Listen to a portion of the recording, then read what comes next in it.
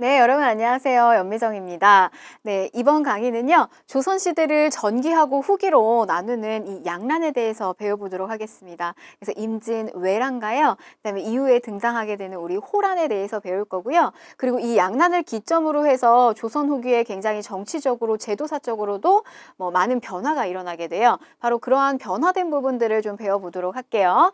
자, 그럼 먼저 기출주제 29, 왜란과 광해군의 전란 수습책입니다. 자, 우리 이 임진왜란의 전개 과정을 좀 보셔야 되거든요. 근데 이 전개 과정은 좀 크게 여러분들이 큰 틀로 3단계로 나눠서 좀 살펴보시면 쉽습니다. 자, 그래서 첫 번째 우리가 1단계 상황은요. 1단계 상황은 준비가 사실 제대로 되어 있지 않았어요. 일본의 이 침입이 있었을 때. 그래서 초창기는 강군의 대패, 참패입니다. 그래서 그 부산부터 시작해서 들어오는 어떤 그런 상황 속에 속수무책으로 참패하게 되는 어떤 그런 상황들을 떠올리시면 되겠고요. 여러분들 1단계 상황은 그런 쪽으로 먼저 이제 흐름을 잡으시면 됩니다. 자, 그 다음에 2단계로 넘어가게 되면 상황이 전환이 돼요. 반전이 되는데 그때 활약한 이가 있었으니 바로 바다에서는 이순신의 활약이 돋보이고요. 그 다음에 육지로는 의병들의 활약이 돋보입니다. 그래서 첫 번째 이게 광군의 대패가 이어지다가 2단계로 들어오면서부터는 상황 전환을 이루게 된다는 거. 자, 그러다가요. 명나라의 지원군이 당도를 하게 돼요. 그래서 우리가 빼앗겼던 평양 지역을 탈환을 하게 되는데 그러면서 또 우리가 휴전 협정기로 들어가게 된다는 거. 휴전 협상을 하는 요 협상기로 들어가게 됩니다. 그러나 결국에는 이 협상이 결렬돼요. 그래서 우리가 임진년에 일어난 임진왜란 그리고 휴전협상이 결렬되면서 다시 일어나게 되는 정유재란, 우리 요 3단계로 들어가는 거 정유재란으로 이렇게 들어가게 됩니다. 그래서 이후에 치러지게 되는 어떤 또 전개 과정을 보시게 되는데요. 여기에서 역시 이순신의 어떤 해전의 활약을 좀 포커스를 맞춰서 보시는데 마지막 명량 해전 그리고 노량해전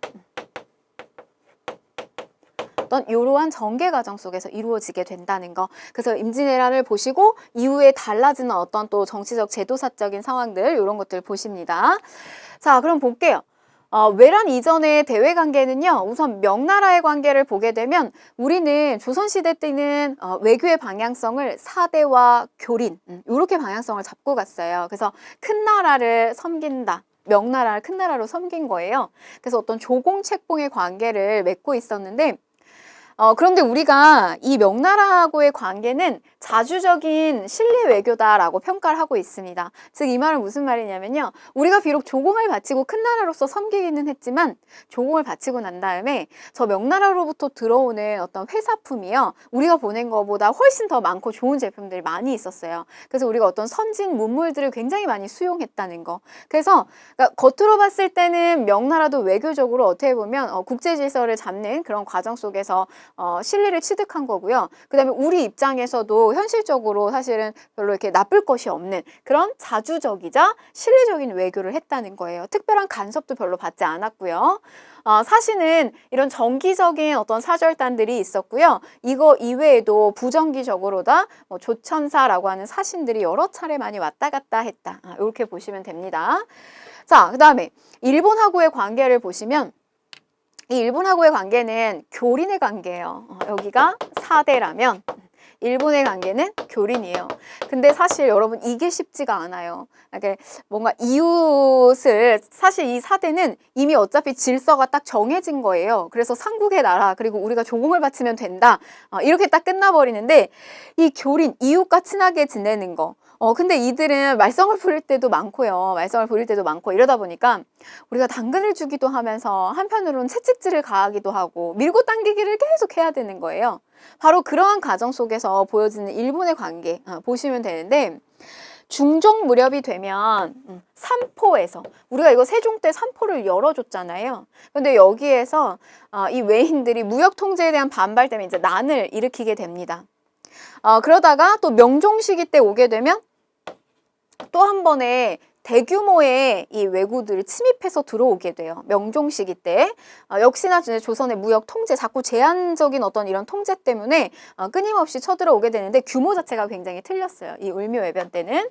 그래서 여러분들이 여기서 보셔야 되는 건 뭐냐면 이런 어떤 그러니까 위로는 여진, 그 다음에 아래로는 왜구의 침입 이런 것들이 끊임없이 이루어지다 보니까 변방을 방비하기 위한 어떤 임시기구가 이때 처음 설치가 돼요. 그래서 중종 시기 때 자, 비변사가 처음으로 설치가 됩니다. 그래서 변방을 방비하는 임시기구예요. 이 비변사가 처음 설치된다는 거.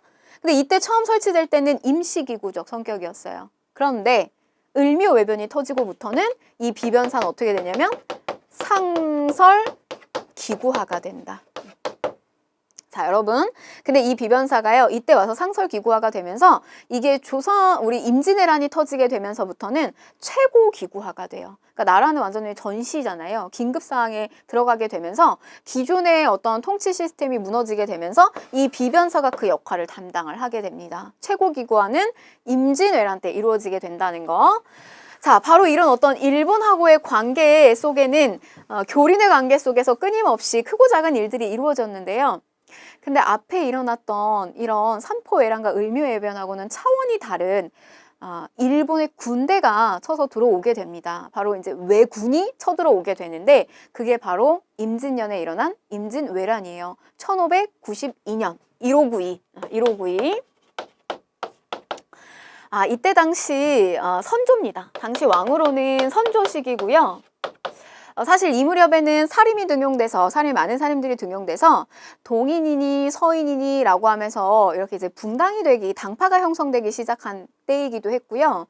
그래서 사실은 당시 이 일본의 이상한 움직임, 당시에 어떤 이렇게 혼란한 시대를 통일을 했던 도요토미 히데요시가 이 혼란했던 일본의 전국 시대를 통일을 하게 되거든요. 그러니까 그러다 보니까 이 통일된 나라 안에 있었던 뭐 이렇게 사무라이들이나 이런 무사들의 어떤 불만을 이들이 그러니까 말하자면 직업이 없어진 거예요. 혼란했던 나라가, 분립됐던 나라가 통합이 되다 보니까 그래서 이들이 자기들이 가지고 있는 재능인 무예적 기술을 막 발휘해야 되는데 발휘할 데가 없다 보니까 내부적으로 크고 작은 어떤 이런 분쟁이나 사건들이 많이 터졌어요.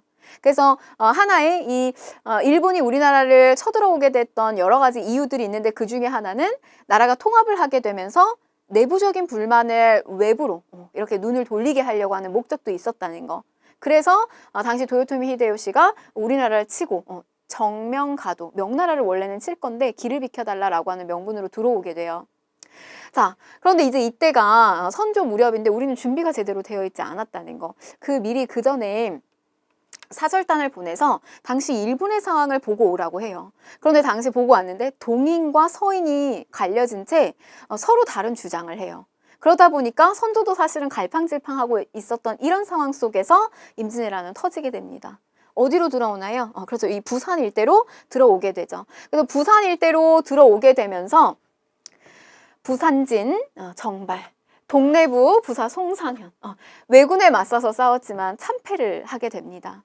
이때 당시에 나오는 어떤 기록물들이 있는데 저 멀리서 이 왜군의 배가 막 이렇게 물밀듯이 밀려오는데 우리한테 이렇게 조공을 바치는 배가 아닌가 이렇게 착각을 할 정도였다고 해요. 그러니까 뭐냐면 우리 쪽에서는 준비가 제대로 되어 있지 않은 상태였죠. 그래서 이 부산 지역 일대가 무참히도 깨지게 되는데 속수무책으로 자 이걸 이 상주 지역에서 이일 장군이 한테 많이 이제 기대를 걸게 돼요. 그러나 상주도 깨지게 됩니다. 그리고 나서 어디로 들어오냐면 충주 지역으로 들어오게 되는데 이 충주의 신립 장수는 당시에 선조가 굉장히 신임이 높았던 장수였어요. 이 신립 장수가.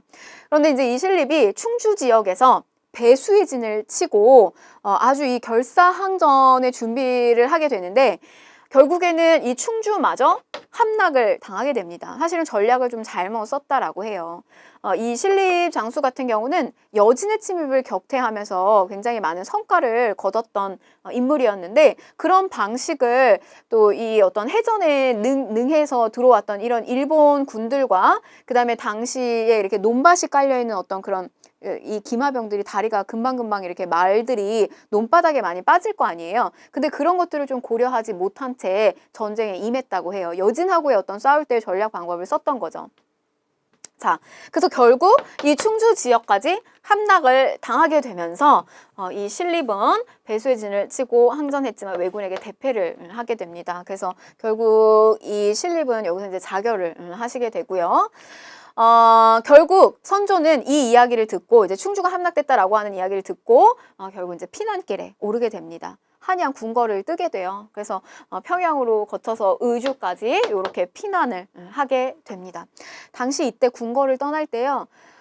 당시 그 유성룡 총책임자였던 유성룡이 남겼던 징비록이라고 하는 기록이 있어요. 그러니까 오늘날 지금 이러한 처참한 상황을 징계하지만 이걸 굳이 기록으로 남기는 이유는 후대의 후손들이 우리 지금 당대의 상황을 교훈으로 삼아서 다시는 이런 일이 있으면 안 된다라고 남긴 기록문이 있어요.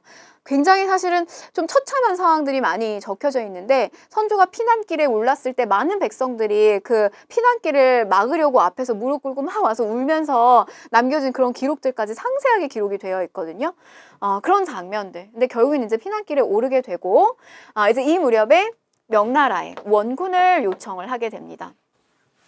자, 이렇게 속수무책으로 초창기의 초기 전투가 패배를 하게 되는데요. 상황 반전이 온다라고 설명을 드렸어요. 2단계에. 자, 그게 뭐냐? 바다에서 이순신의 활약이 보여집니다. 이쪽으로 이제 이 바닷길로 이 일본의 군인이 쳐들어오게 되는데요. 여기 육지를 통해서 이들이 먼저 뚫고 들어갔잖아요. 그러면은 말하자면 이제 군수, 물자 같은 것들을 이쪽에 바닷길을 통해서 군량미라든지 이런 것들을 같이 보내서 합류를 시켜줘야 돼요. 근데 여기에 발목이 잡힌 거예요. 누구한테? 이순신한테 발목이 잡힙니다. 이게 굉장히 의미를 가지는 이유는 뭐냐면 여기에 곧 들어오게 되면 전라도 지역의 곡창지대를 차지할 수가 있어요. 근데 그걸 막음으로써 인해서 더 이상 일본이 더욱더 쉽게 우리 한반도 영역을 침략하기가 어려워졌다는 거. 이렇게 굉장히 큰 역할을 했던 게 바로 이순신입니다. 학익진, 학의 날개를 피는 이런 어떤 방법, 배의 진영을 학의 날개를 피는 방법을 통해서 이들을 수장시키는 이런 학익진 전법으로 왜군에서 승리를 거두게 된다는 거. 자, 그 다음에 우리가 영토, 이 육지에서는요. 의병들의 활약이 돋보입니다. 그래서 곽재우라고 하는 이 의병, 홍위장군 곽재우 등의 자발적으로 조직된 의병들이 향토지리의 밝은 점. 우리가 사실 갖고 있는 무기는 별로 없어요. 근데 우리가 가장 잘할 수 있는 건 뭐냐면 내 땅은 내가 잘한다예요. 그래서 이 지리, 향토지리의 밝은 점을 이용해가지고 일본이 아무리 뭐 좋은 무기를 가지고 들어와도 우리가 그런 지리적인 이점을 잘 활용을 한다면 분명히 성과가 있을 것이다 라고 본 거죠. 그래서 의병들이 자기 땅을, 자기 집, 자기의 가족을 지키기 위해서 직접 발벗고 나서게 됩니다. 대표적인 인물이 곽재우고요. 자, 그 다음에 바닷가 쪽에서 여기서 이제 한산도 대첨으로 여기 수군을 막았다면 이 육지 지역에서는 진주 지역에서 바로 이 진주 목사 김시민이 이 왜군을 상대로 큰 승리를 거두게 됩니다. 그래서 상황 반전이 온다는 거, 이순신, 그 다음에 김시민, 곽재우 이런 활약들이 있었다는 거. 자, 명나라의 지원군이 당도를 하게 되는데요. 조명 연합군이 결국 이 평양성 전투에서 승리를 하게 되면서 빼앗겼던 평양성을 탈환을 하게 됩니다. 자, 명나라 지원군 평양성을 탈환을 하게 돼요. 자, 그런데 이 명나라가요, 조금 우리하고는 협의 없이 좀 독단적으로 치룬 전투가 하나 있는데 그게 뭐냐면 벽제간 전투예요. 이 벽제간 전투에서 명나라가 타격을 받게 됩니다. 명나라가 깨지게 돼요. 자, 그런데 이제 여기서 명나라가 깨지고요. 그 다음에 어떤 전투가 벌어지게 되냐면 행주산성에서 권율의 이 행주 대첩이 이루어지게 되는데 이 행주 대첩에서 또 권율 장군이 거기에 있는 이제 그 백성들하고 같이 힘을 모아서 왜군을 상대로 크게 승리를 이루게 돼요. 그래서 보시면 여기서 명나라가 깨지죠. 이 행주 대첩에서 일본이 깨진 거예요. 그러니까 양쪽이 한 대씩 말하자면은 맞은 상태인데 바로 이런 상황 속에서 휴전 협상이 이루어지게 됩니다. 이제 우리가 좀 중간에서 합의를 보면서 이 전쟁을 좀 마무리 짓자. 그래서 이제 휴전 협상의 내용이 나오게 되는데 일본 쪽에서 굉장히 명나라 쪽에게 좀 너무 무리한 요구들을 많이 했다라고 해요. 그러면서 이제 결과적으로는 결렬이 됩니다. 이 휴전협상은. 그래서 다시 이루어지는 전투가 정유재란이에요. 이 기간이 약 한 7년 정도가 해당이 되거든요. 그래서 우리가 임진왜란을 7년 전쟁이다 이렇게 말을 하기도 합니다. 정유재란. 자, 휴전협상 넘어가서요. 참고로 여러분 이 휴전협상을 치를 때는 우리가 여기 테이블상에 없어요. 그래서 명나라하고 그 다음에 왜군하고 여기 둘이서 이렇게 협상을 치렀다는 거, 이거 역시 징비록의 기록에 남겨져 있어요. 그래서 유성룡이 자기는 그러니까 나라가 힘이 없어서 이렇게 같이 테이블상에서 협상을 보지 못하는 거, 우리 땅에 왜 이 왜군이 쳐들어왔는데 우리가 같이 이 합의 보지 못하는 이 상황에 대해서 굉장히 울분을 삼키는 기록들도 많이 담겨져 있어요. 자, 정유재란 다시 터지게 되죠. 자, 명량입니다. 명량이에요. 여러분 사실 이 명량 해전이 이루어지기 전에 이순신은 모함을 받아서 백의종군을 하게 돼요. 그러니까 장수로서 활약을 하지 못하고 결국에는 그냥 같이 이렇게 군대를 이렇게 따라다니는 백의종군을 하게 되는데 군복을 벗었다는 이야기입니다. 이 정유재란 이후에 그러면서 이제 이순신은 어떤 그 장수로서 활약을 하지 못하고 이때 당시에 원균이 7천량 전투를 벌이게 돼요. 그 이순신의 역할이 원균에게로 넘어가게 되는데 그 7천량 전투가 무참히도 깨지게 됩니다. 그래서 어떻게 보면 사실 원균도 뛰어난 장수이긴 한데요. 이순신에게 아주 유명한 그 명언을 남겨주잖아요. 이 원균이 다 사실 여기에 다 박살이 남으로 인해서 이순신이 이 명량의 해전을 치를 때 무슨 그 유명한 명언이 남겨지냐면 신에게는 아직 이 12척의 배가 남아 있습니다. 이런 명언을 남기잖아요. 그래서 굉장히 얼마 남지 않은 배를 가지고 또 이 일본하고의 전투를 치르게 되는 그 전투가 바로 명량이죠. 명량. 이 명량에서 소수의 병력으로 외해수군을 크게 무찌르게 된다. 명량 울돌목이라고 하는 이 곳에서, 그러니까 말하자면 이렇게 물살이 굉장히 센 어떤 지리적인 부분을 이 이순신이 굉장히 잘 이용을 한 거예요. 그래서 사실 우리가 갖고 있는 어떤 뭐 무기라든지 이런 게 전혀 없잖아요. 그런데 이순신이 이렇게 활약할 수 있었던 것은 정말로 그 준비가 굉장히 철저했다라고 하는 거죠. 그래서 사실은 이게 상대가 되지 않는 게임 자체에 이순신이 백의종군하고 있을 때, 그리고 그 전에 이 지역, 전라도 지역의 수군 에 대한 어떤 준비가 철저하게 연습되고 철저하게 준비가 됐었다라고 하는 거, 그런 부분이 사실은 굉장히 이순신을 높이 평가할 만한 부분이에요. 자, 그래서 여기서 이제 크게 무찌르고 그 다음에 노량, 마지막 이 노량에서 왜군과 마지막 해전을 치르게 되면서 이 전투에서 이순신이 전살하게 되고 정유재란이 종결이 되게 됩니다. 이렇게 해서 마무리가 된다는 거. 여기에서 이제 중간에 이 도요토미 히데요시는 사망을 하게 돼요. 그러면서 이제 전쟁도 무마가 됩니다. 그 마무리가 된다는 거. 자, 외란 이후에 일본하고의 관계를 보시게 되면 일본하고의 관계가 사실 좋지 않았겠죠. 근데 이제 이후에 다시 관계가 회복되는데 일본 쪽에서 아쉬워요. 우리의 선진 문물을 계속 받고 싶어하는 그런 요구들이 있었고, 그리고 또 막부가 바뀌게 됩니다. 그래서 당시 이제 도요토미 사망하고 나서 도쿠가와 이에야스, 이 막부가 생기게 되는데, 그러면서 이제 우리에게 계속해서 요구를 하게 돼요. 그래서 선조가 당시에 승려예요. 요 사명대사를 파견을 해서 당시 전쟁 때 잡혀갔었던 포로 3,500명에 해당되는 그 포로들을 다시 무사히 이렇게 본국으로 돌려오게 되는 그런 큰 역할을 하게 됩니다. 그리고 이후에 이제 광해군 시기 때 가게 되면 기유, 약조를 체결을 본격적으로 하게 되면서 국교를 다시 재개하게 된다는 거. 그래서 제한된 범위 내에서 교섭을 하게 됩니다. 기유, 약조. 그래서 임진왜란 끝나고 일어나는 게 광해군 때 기유, 약조에 해당이 되고요. 자, 이후에 그 통신사가 수차례 일본의 그 막부의 주인이 바뀔 때마다, 이 쇼군이 바뀔 때마다 이들이 권위를 인정받기 위해서 통신사를 계속 파견을 하게 되는데요. 이 통신사가 갈 때 여기에 딸려가는 그 인원수가 한 300에서 600여 명 정도? 이 정도가 같이 한꺼번에 간대요. 그러니까 일본 입장에서 돈이 굉장히 비용이 많이 드는 거고, 이들을 접대하기 위해서. 그리고 머물고 있는 동안 시간이 한 6개월에서 한 1년 정도? 이 정도를 머문다고 해요. 그러니까 사실은 이 일본은 막대한 비용을 쓰면서도 어떤 그런 권위를 인정받고 또 조선으로부터의 어떤 선진 제품을 또 받기 위해서 이런 어떤 통신사를 계속해서 요구하기도 하고 파견을 하기도 했다는 거예요. 근데 이렇게 이제 시간이 긴 시간 동안 6개월에서 한 1년 정도의 시간 동안 이들에 대한 우리 조선하고 일본의 문화 교류가 얼마나 많이 이루어졌겠어요. 그래서 그런 문화 교류가 일어났던 것들이 기록으로 다 남겨져 있는데 그게 바로 2017년에 유네스코 세계 기록 유산으로 등재가 되었습니다. 조선통신사.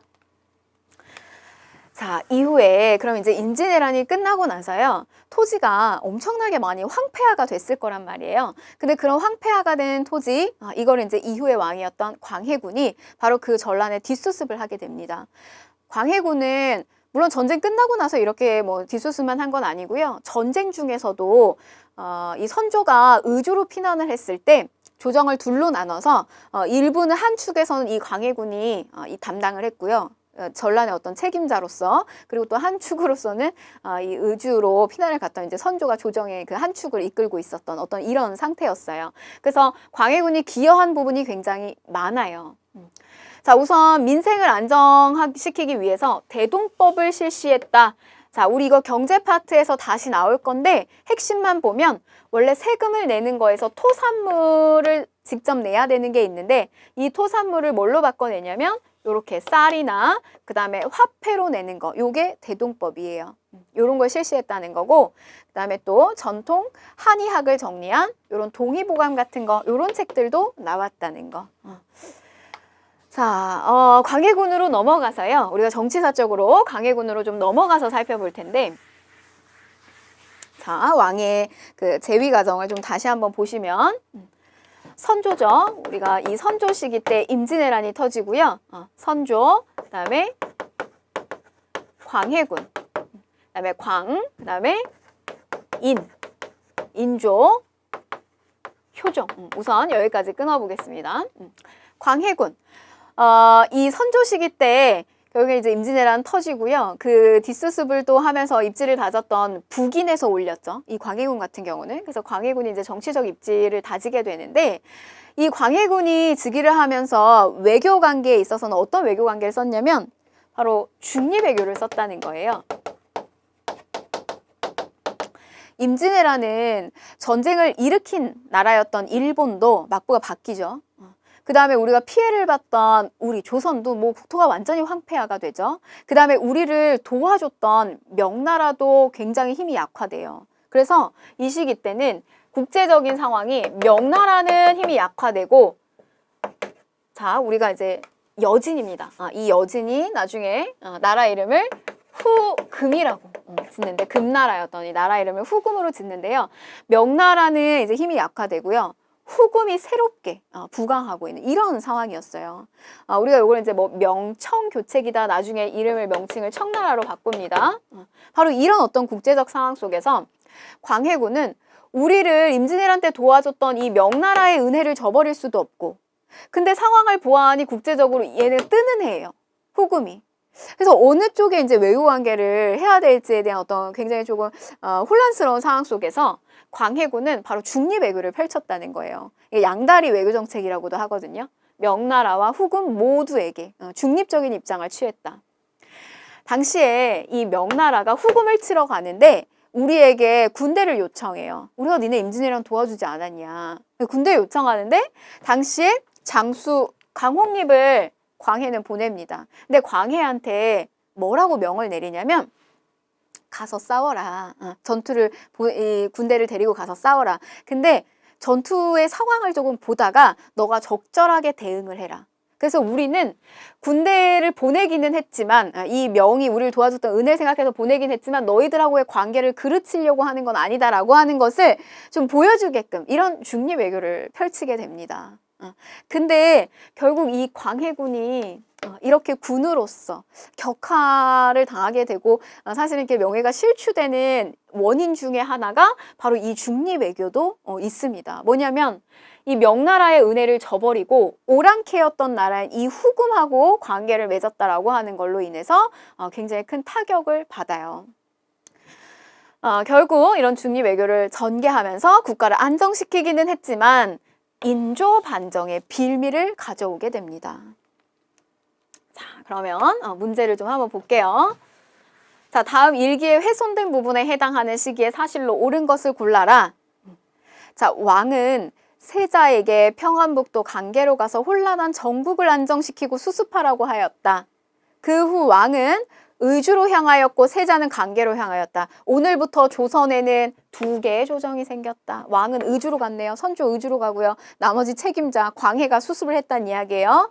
자, 그리고 조명연합군이 당도해서 평양성을 탈환했다. 그래서 우리 요거 앞부분에서 광군이 대패하고 이 중간 과정에 뭐가 나올까요? 그 이순신의 활약과 의병의 활약 이런 게 중간에 낄 수 있겠죠. 자, 그래서 정답은 이순신이 한산도 대첩에서 승리하였다. 요게 정답입니다. 자, 정발이 부산진성에서 전투에서 전사하였다라고 하는 건 이건 초기에 광군의 대패 그 부분이죠. 자, 휴전회담의 결렬로 정유재란이 시작되었다라고 했는데 요거는 평양성 탈환하고 난 다음에 이후에 나오는 거고요. 자, 명나라 요청 강홍립 부대가 파견되었다. 요건 광해군 중립외교 관련이죠. 정봉수하고 이립이 의병을 이끌고 활약하였다. 요거는 이후에 나옵니다. 정묘, 호란에 대한 겁니다. 정답은 1번이 되겠습니다. 임진왜란 전개과정. 자, 다음 문제 보실게요. 밑줄은 왕의 업적으로 옳은 것을 골라라. 자, 왕이 이르기를 허주는 일찍이 의방을 찬집하라는 선왕의 특명을 받아서 몇 년 동안 자료를 수집하였고 심지어 유배되어 옮겨다니는 가운데에서도 그 일을 쉬지 않고 해서 책으로 엮었다. 허준의 동의보감이죠. 자, 요거 누구 얘기하는 거다? 광해군 얘기하는 거죠. 저 왕은. 자, 그럼 광해군 내용 골라볼게요. 자, 정답 요거 1점짜리네요. 명나라하고 후금 사이에서 무슨 외교? 중립외교를 펼쳤다. 정답은 1번이 되겠습니다. 자, 2번 보시면요. 탕평비를 세워서 이제 이 나머지는 여러분 요 뒤에 후반부에서 나온 내용들이에요. 그래서 여러분들 그 문제 푸실 때 아직은 여러분들이 전체적인 내용을 다 배우지 않았기 때문에 이렇게 중간에 선지가 나온다고 해서 틀린다고 해서 너무 이렇게 낙담하실 필요는 없어요. 역시 역사도 전체적인 줄거리가 중요하기 때문에 뒤에까지 공부를 좀 어느 정도 다 하신 다음에 문제를 푸는 게 훨씬 더 수월해질 거예요. 자, 2번 보시면 탕평비를 세웠다. 요거는 영조 관련이고요. 초계문신제를 시행하였다. 요거는 정조입니다. 육조직계제를 처음 실시하였다. 육조의 업무를 직접 받는 거 요건 누가 있었죠? 태종이 있었고요. 그리고 이후에는 세조도 육조직계제. 자, 집현전 설치했다. 요거는 세종이 되겠습니다. 그래서 정답은 1번이고요. 자, 요렇게. 자, 여러분 우리 기출주제 30, 호란과 양난 이후의 통치체제의 변화 요 살펴볼 텐데요. 그 여러분 지금 이 광해군과 관련해서 정치적으로 조금 내용을 좀 더 들어가서 살펴보게 되면 이 중립외교를 펼쳤던 광해군은 이후에 사실은 그 폐모살제 계모죠. 임목대비를 폐위하고 그 다음에 자기하고 배다른 형제였던 그 영창대군을 살해했다라고 하는 그 명목으로 굉장히 도덕적인 실추를 얻게 돼요. 그래서 결국 이 광해군이라고 하는 인물은 결국 폐위를 당하게 되는데 그 두 가지 원인이 오랑캐하고 친했다. 그다음에 자기의 계모였던 이 폐모, 어머니를 폐위하고 그다음에 동생을 죽였다라고 하는 저 폐모살제 저런 두 가지 이유 때문에 결국에는 광해군이 폐위되고 인조가 왕위로 올라오게 됩니다. 이게 바로 올바르게 정치를 다시 돌리겠다. 광해가 너무 못해서. 이게 인조 반정이에요. 인조 반정. 그러나 정치적인 외교의 방법이 광해군 때와 인조 때는 확연한 차이를 보이게 되는데 그게 바로 호란이라고 하는 것을 가져오게 되는 계기가 됩니다. 바로 어떤 그런 호란에 대해서 이제 들어가서 살펴보도록 할게요. 자, 보시면 광해군의 중립외교 정책과 폐모살제에 반발을 하게 됐다. 사실 이 폐모살제에도 또 이유가 있습니다. 그러니까 광해가 뭐 임진왜란 끝으로 선조의 밑에서 굉장히 그 많은 역할을, 중요한 역할을 많이 했었는데요. 선조가 바로 왕위에 이 광해군을 올리지를 않아요. 왜냐하면은 그 적장자의 어떤 그 범주에 있는 왕이 아니었거든요. 저 광해는. 그래서 이제 이후에 당시에 이제 이 임목대비 사이에서 그러니까 말하자면 이제 새로운 또 이 아들이 적장자로서의 아들이 또 탄생을 하게 되는데 그게 바로 영창대군이었어요. 그래서 이제 자기 역할이 큰데 이 영창대군이 나오니까 왕위를 즉위하지 못하는 상황으로 갈 수가 있었던 거죠. 그래서 결국에는 이 강해군을 지지해줬던 북인, 여러분 이렇게 왕만 보시면 안 된다고 했어요. 이 왕을 올려줬던 당파를 보셔야 되는데 결국 이 당파의 입지가 약해질 수 있겠죠. 그래서 결국에는 이제 북인 쪽, 광해군 쪽에서 이 영창대군을 죽이게 되는 기록상에서 이렇게 뭐 증살, 집에 처소에 이렇게 가둬가지고 땔감을 막 떼어가지고 부르다가 땔감을 막 떼서 열을 올려가지고 이 배다른 형제인 영창대군을 죽였다, 막 이런 기록들이 있어요. 굉장히 잔인한 기록이 있는데 결국 이런 어떤 일들 때문에 도덕적인 실추를 당하게 됩니다. 광해는. 광해군은 결국 폐위가 되고요. 인조가 즉위를 하게 되는데 이 인조를 올렸던 판은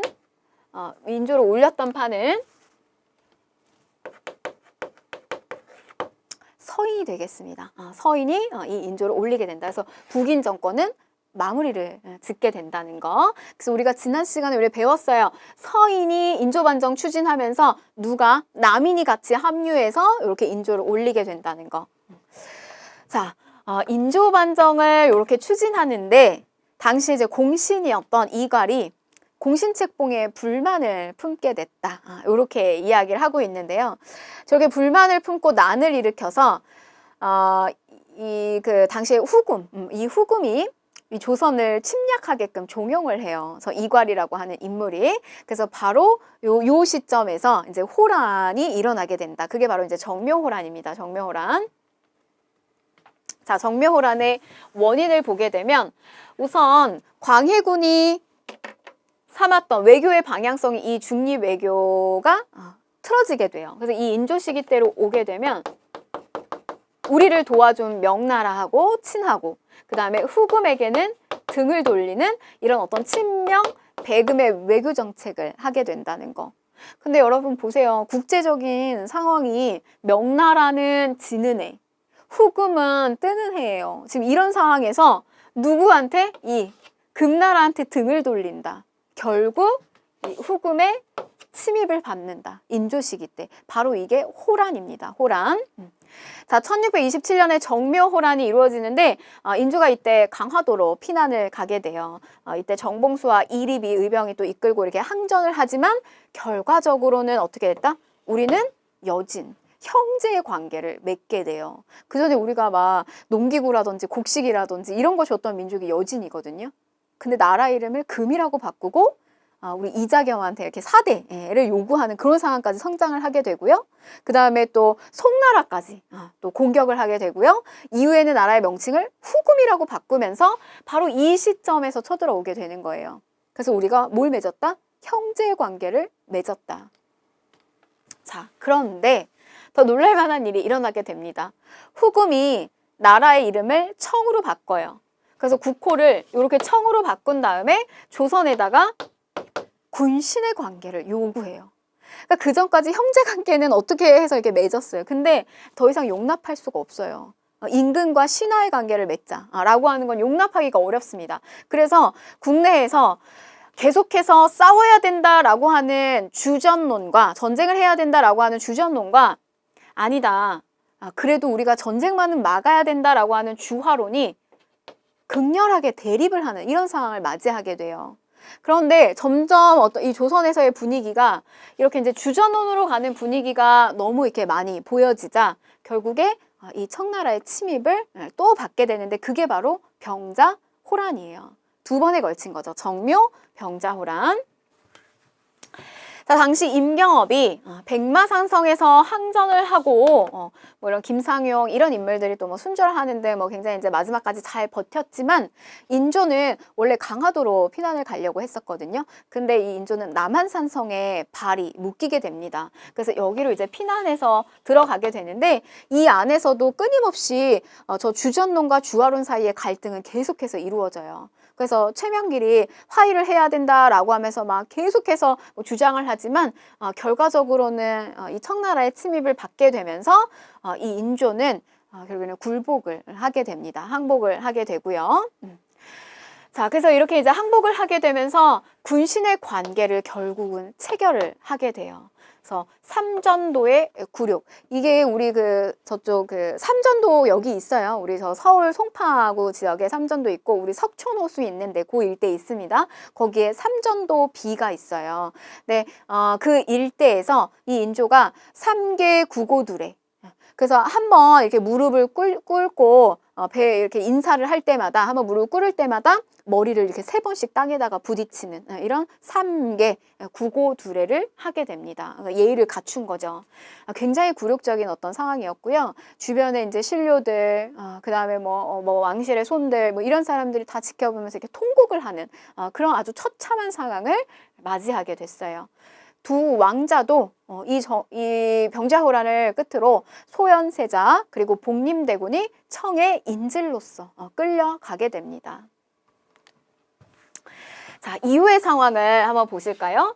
자, 선조, 광해, 인조, 효종이에요. 광인, 효 넘어가셔서 효, 현 이렇게 들어가는데 인조 시기 때 결국엔 이런 친명 배금의 외교 정책으로 인해서 2차례에 걸친 호란을 맞이하게 된다. 정묘 호란과 병자 호란을 겪게 되는데 여기에 소현세자 복림대군이 볼모로 막 끌려가고 그랬잖아요. 그런데 이후에 그러니까 소현세자가 사실은 첫째예요. 근데 이 소현세자가 첫째인데 결국에는 얼마 안 돼서 다시 본국으로 돌아왔는데 병을 앓다가 결국엔 얼마 안 돼서 사망을 하게 됩니다. 그래서 당시 이제 차남이었던 복림대군이 왕으로서 올라오게 돼요. 바로 그게 효종이에요.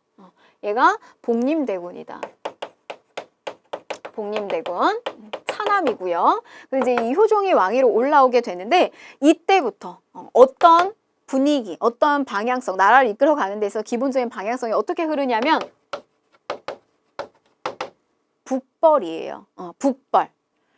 이 북벌은 청나라에 대한 치욕을 갚자. 그래서 북쪽에 있는 오랑캐 청나라를 치자.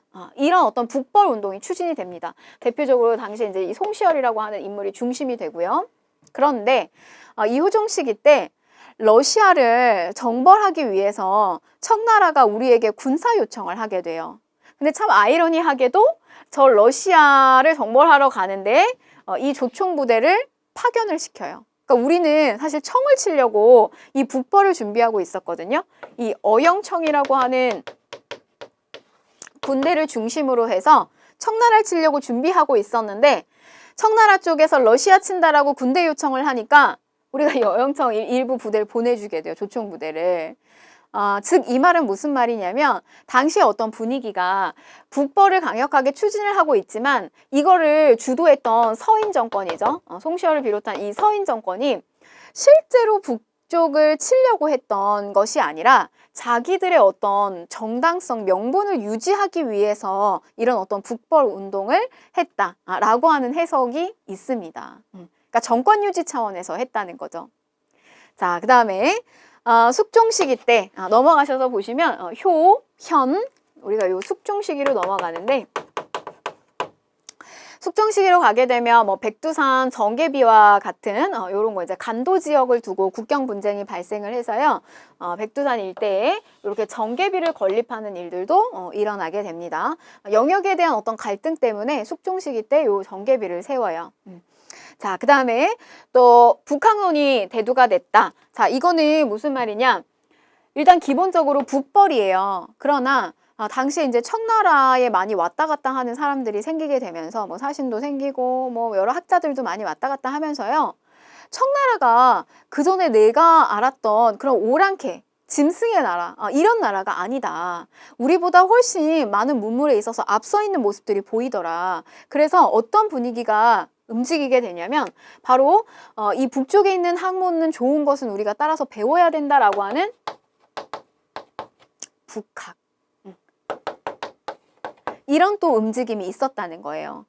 그래서 북벌 운동을 정치적인 어떤 위층에서는 추진을 하고 있었지만 이런 어떤 북학의 흐름이 자리 잡고 있었다는 거. 그래서 나중에는 저 북학의 흐름이 결국 개화파, 이렇게 문물을 쉽게 이제 받아들이고 새로운 것들을 받아들이는 어떤 그런 분위기로 또 흐르게 되는 어떤 밑바탕이 되게 됩니다. 북한. 자, 우리 그 전쟁이 끝나고 난 다음에 우리가 일본하고의 그 외구하고의 관계 속에서 여러분 이 비변사라고 하는 거 한번 주목했었어요. 그래서 제가 삼포회란 그다음에 뭐 그 명종시기 때 일어났던 을묘외변 여기서 그 비변사를 한번 설명을 드렸는데 자, 이거 중요합니다. 임시기구였다. 삼포회란 때, 중종 때. 근데 명종 을묘해변 때 어떻게 된다? 상설기구화가 되죠. 그랬다가 언제? 임진왜란 때는 어떻게 된다? 최고기구화가 된다는 거예요. 요거 꼭 보셔야 됩니다. 비변사. 나중에 이 19세기에 가게 되면요.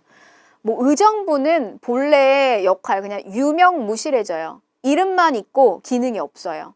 그래서 완전히 모든 기능이 어디 들어가냐면 이 비변사가 심지어 비빈을 간택하는 일까지 비변사가 다 해요. 원래 국방 담당 군사기구였는데 그래서 외척들이 저 비변사를 기반으로 삼아가지고 정권을 끌고 가는 뭐 이런 모습도 보여집니다. 근데 나중에 저거 이제 흥선대원군 시기 때 가게 되면 없어져요. 이런 거 중점적으로 보시고 자, 그 다음에 군사입니다. 군사. 군사에 대한 변화도 생겨요. 우리가 조선 전반기에는 중앙군이 5위 체제였어요. 근데 이 5위 체제에서 그리고 자, 보실게요. 설명을 좀 드리면 5위 체제 그리고 지방의 방어 체제가 진관 체제로 운영이 됐다. 이렇게 갔습니다. 그래서 각각 지역을 이렇게 방어하는 지역 방어 체제 이런 진관 체제로 갔었어요. 그리고 또 유사시를 대비하는 잡세군이 있었죠. 근데 이게 임진왜란을 겪게 되면서 변화가 생기는데요. 중앙군이었던 오이는 조선 후반기 임진왜란을 거치고 나면서 오군영으로 완성이 된다는 거. 그 첫 출발이 되는 군대가 뭐냐면 그게 훈련도감이에요. 훈련도감. 자, 이 훈련도감은 임진왜란 겪으면서 휴전협상기 들어가잖아요. 그때 새롭게 만들어지게 되는데 이 5위를 대신할 군대가 필요하게 됩니다. 유성룡 건의로 시행이 되고요. 포수, 조총부대, 그 다음에 활 쏘는 사수, 창과 칼 쓰는 살수 이렇게 3수병으로 편성이 됩니다. 이들은 급료를 받는 일정한 상비군이었어요. 그러니까 모병이죠. 뽑은 거예요. 임진왜란을 겪게 되면서 아주 특별하게 뽑은 군대가 바로 훈련도감이었어요. 이게 바로 이제 우리가 오군영으로 가는 길인데 그 다음에 순차적으로 어영청, 총융청, 수어청 이런 군부대가 갖춰지게 되면서 마지막에 금이영까지 해서 숙종시기 때 이렇게 쭉 금이영까지 해서 숙종시기 때 오군영의 체제로 완성을 하게 됩니다. 이 훈련도감이 굉장히 중요하고요. 그래서 보시면 어영청, 총융청, 수어청은 다 인조시기 때 만들어지게 되는데요. 여러분 여기서 가장 중요한 건 뭐냐면 이 어영청이 일단 잘 나옵니다. 이 어영청 같은 경우는 효종시기 때 북벌을 하기 위해서 강화됐던 부대가 바로 어영청이에요. 근데 그 러시아 정벌 하려고 나선 정벌 하는데 요청해가지고 갔다고 했잖아요. 바로 그 이제 부대고, 그 다음에 뭐 총융청 같은 경우는 북한 산성, 수어청 같은 경우는 남한 산성을 또 대비하기 위해서 만들게 됩니다. 자, 그리고 이제 숙종시기 때 오게 되면 마지막에 여긴 다 인조고요. 그다음에 여기는 이제 숙종시기 때 금이영을 통해서 이 오군영 체제가 완성을 하게 됩니다. 그래서 조선 전반기의 중앙군 뭐냐? 5위고요. 조선 후반기의 중앙군 뭐냐? 오군영이에요. 자, 역시 방어 체계도 바뀌게 됩니다. 방어 체제는 이 체제가 원래 진관 체제였어요. 그런데 이렇게 각 지역을 방어하고 있는 이 진관 체제는 소규모의 침입으로는 유리해요. 근데 대규모의 침입이 만약에 들어오게 되면 얘는 쉽게 깨지는데 바로 그런 대규모의 침입을 맞이했어요. 그게 바로 뭐였냐면 을묘 외변이었어요. 그래서 이 을묘 외변을 한번 겪고 나서 이 체제를 중간에 바꿉니다. 어떻게 바꾸냐면 재승방략 체제로 바꾸는데요. 이 재승방략 체제는 지역 연합방어 체제예요. 이거는 지역을 각기 막는다면 재승방략 체제는 지역 연합방어체계예요. 그래서 이 군대를 다 한쪽으로 몰게 되는데 이게 가지고 있는 장점은 뭐냐면 대규모의 침입에 유리하다라고 하는 장점이 있지만 한번 여기가 뚫리면 어떻게 되는 거예요? 뒤에가 속수무책으로 뚫려요. 근데 문제는 뭐냐면 이 제승방약 체제를 유지하고 있을 때 우리가 뭘 겪었냐면 임진왜란을 맞이하게 돼요. 임진왜란을 터지게 됩니다. 그래서 당시에 그 상주의 이일 장수라든지 그 다음에 충주의 신립 장수라든지 이런 사람들은요 중앙에서 파견이 된 거예요. 그 지역을 알고 있었던 사람이 아니라. 그래서 그 제승방역 체제를 유지하고 있었기 때문에 그러니까 이렇게 이제 한쪽으로 군대를 몰게 되면 중앙에서 이걸 지휘하는 사람이 파견이 되는데 이게 굉장히 쉽지 않았다는 거죠. 이걸 이끌고 가기가. 그래서 이게 초창기에 속수무책으로 깨지고 나서 훈련도감이 갖춰지고 이제 이런 휴전협정기를 거치게 되면서 다시 무슨 체제로 가게 되냐면 진간체제로 다시 돌아오게 됩니다. 그래서 보시면 이렇게 이제 이후에서 진간체제로 다시 복구가 됐다. 근데 여러분 이 진간체제가 가지고 있는 그 가장 좀 한계가 뭐냐면 이 각각 지역에다 군대를 배치하려고 하면 군대 수가 많아야 돼요. 군역에 올 수 있는 사람이. 근데 그 군역이 많이 부족한 상태였단 말이죠. 그래서 그거를 이제 대비하기 위해서, 보완하기 위해서 소고군 체제를 같이 만들어요. 그래서 이 소고군은 다 끌어모으는 거예요. 양반부터 노비까지 전 계층으로 구성된 이 지방군을 마련을 하게 됩니다. 그래서 평상시 생업 종사하다 유사신 전투에 참여하는데 근데 실제로 양반들이 저기 소속은 되어 있지만 이 활약을 했겠어요? 별로 그렇게 하지 않았다는 이야기죠. 일반 뭐 상민과 노비들이 다 부담이 더 컸다는 이야기죠. 자, 그러면 우리 기출문제 한번 풀어보도록 하겠습니다. 자, 요거 3점짜리 문제고요. 조금 난이도가 있었던 문제입니다. 자, 다음 교서가 발표된 전쟁 기간에 있었던 사실로 옳은 것을 골라라 라고 했는데 자, 과인이 덕이 부족하여 이 같은 불운을 만나 오랑캐의 침략을 받았다. 지금 오랑캐 침략 받았다는 이야기예요. 자, 그런데 여기 뭐라고 되어 있냐면 지난 정묘년에는 변란이 생겼을 때 임시방편으로 강화를 허락하여 치욕을 감수하였다. 그래서 우리 오랑캐에 우리가 형제의 관계 맺자라고 했을 때 우리가 결국 그거를 수용하게 된 거죠. 자, 여기까지 무슨 내용이에요? 이거는 정묘호란에 대한 이야기입니다. 자, 그런데 지금 오랑캐가 황제를 참칭하고 우리나라를 업신여김으로 천하의 대의를 위해서 그 사신을 배척하였다가 이 같은 환란을 만났다. 자, 이제 화인은 이미 끊어졌고요. 오로지 결전이 있을 뿐이다. 그래서 또 한 번의 전투, 전란을 치러야 되는 그런 상황을 이야기하고 있어요. 그래서 요거는 병자호란과 관련된 문제였어요. 다음 교서가 발표된 전쟁 기간, 그래서 요거는 정묘호란하고 병자호란을 구분했어야 되는 문제다. 자, 그러면 1번 보실게요. 자, 김상용이 강화도에서 순절하였다라고 했는데 요게 좀 낯설게 느껴지셨을 수도 있는데요. 김상용의 친동생이 여러분들이 잘 알고 계시는 김상헌이에요. 그러니까 주전론을 계속 주장했던 사람이죠. 화의하지 않고 싸우자라고 주장했던 인물 중에 대표적 인물입니다. 김상헌, 그 인물의 형이 됩니다.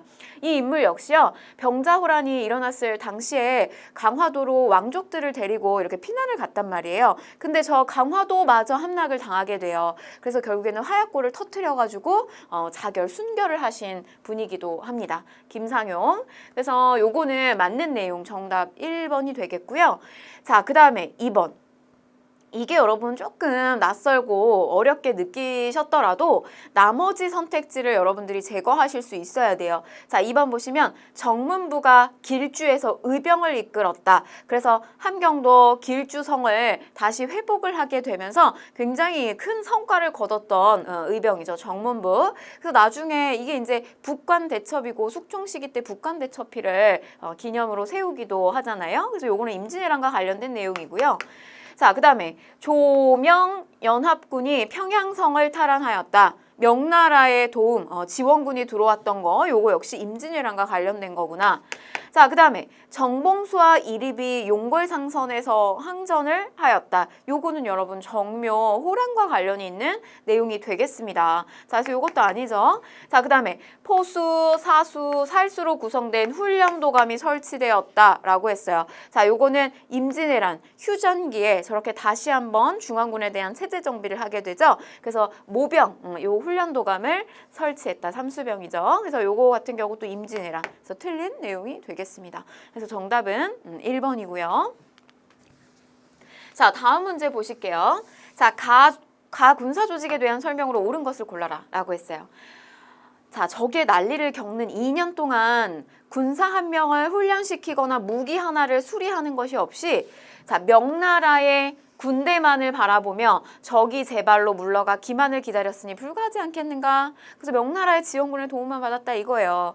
자, 과인의 생각에는 따로 이것을 설치하여 합당한 인원을 차출해서 장정을 뽑아 날마다 활을 익히기도 하고요. 그 다음에 조총을 쏘기도 하고요. 모든 무예를 훈련시키도록 하고 싶으니 의논하여 처리하라. 자, 포수, 사수, 살수 이렇게 삼수병 체제를 갖춘 훈련도감 이야기하는 겁니다.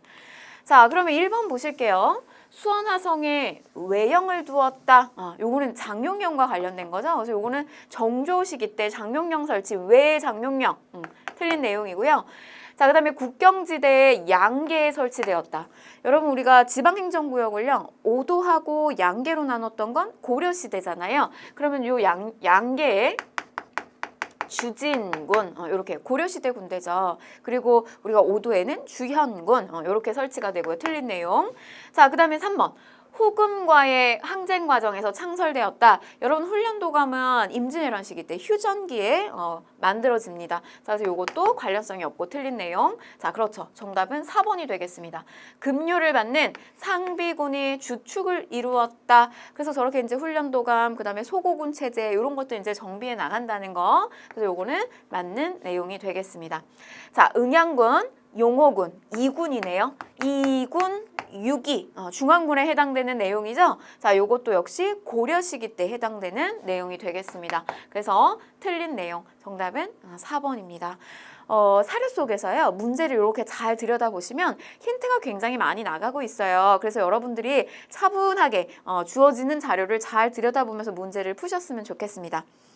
자, 이렇게 해서요, 우리 이번 강의는요, 조선을 크게 전기화고 후기로 가르지는 우리가 이 양란, 외란과 호란에 대해서 공부를 해봤습니다. 문제 출제는 우리가 지금 봤던 것처럼요, 외란하고 호란, 또 호란 경우는 정묘호란과 병자호란을 이렇게 구분하는 문제들도 출제가 되고 있으니까요, 여러분들이 잘 복습을 하시고 또 저는 다음 강의에서 뵙도록 하겠습니다. 네, 고생하셨습니다.